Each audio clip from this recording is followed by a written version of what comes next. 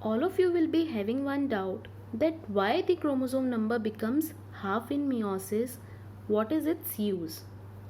The chromosome number becomes half in meiosis only in the special cells of reproductive organs which produces gametes, that is male and female gametes, and these gametes after fertilization give rise to offspring.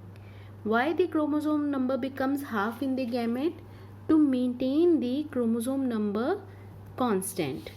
For example, now the chromosome number in the gametes are half, 23 23.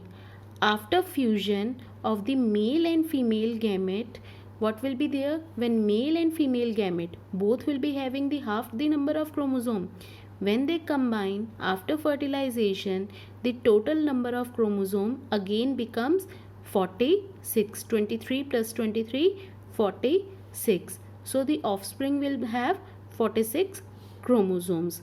But if meiosis has not happened in the formation of gamete, then the number of chromosomes cannot remain constant. Mother cell, male female gamete will have 46 chromosome, male gamete will also have 46 chromosome. 46 plus 46, 92. So in this case the chromosome number changes, which can alter or change the characteristic of the organism. So that's why it is very necessary to maintain the number of chromosome of each and every organism. And for the maintenance of the number of chromosome of a particular species, meiosis take place, and it take place in all the plants and animals where sexual reproduction occurs. So to maintain the chromosome number in the offspring, the chromosome number are half in the gametes, that is male and female gamete, and after fertilization both male and female combine to form the same number of chromosome, that is 46 chromosome in the offspring.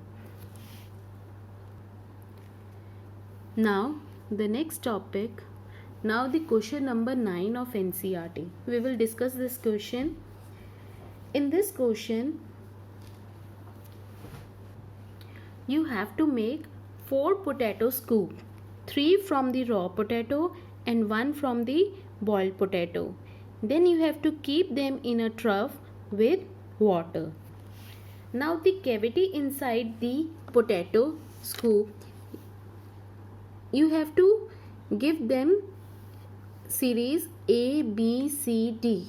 Now the scoop, the cavity inside the potato in A will be empty. In B we will put 1 tablespoon of sugar. In C we will put 1 tablespoon of salt, and in D we will put 1 tablespoon of sugar. We will keep this experimental setup for 2 hours, and after 2 hours when we observe the potato cups, what we observe that the A setup remain as it is, there is no change. In B and C, water gathers in the hollow cavity, and in D also no change occurs. So why we get such result that A and D no change occurs, and in B and C water gathers in the hollow portion? So the answer is by the process of osmosis. Now first of all, potato A. In potato A, because the cavity is empty, we have not added neither salt nor sugar, so it acts as a control experiment to confirm that water moves on the principle of osmosis. Do you remember osmosis? That high concentration hypertonic and hypotonic solution. So in A we have not added anything, so the cells of the potato and the water, they have isotonic to each other. So water act as isotonic solution, so nothing will enters no movement will take place of water in the A. Next, in the setup B and C, we have added salt and sugar. Now the salt and sugar, they act as hypertonic solution. They form hypertonic solution as compared to the potato cell. So now what will happen? The water from the potato cells, it move outside into the cavity by the process of exosmosis.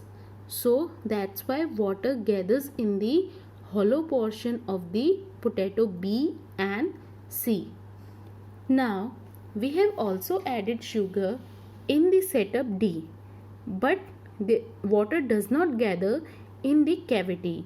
No change occur in this setup. Why?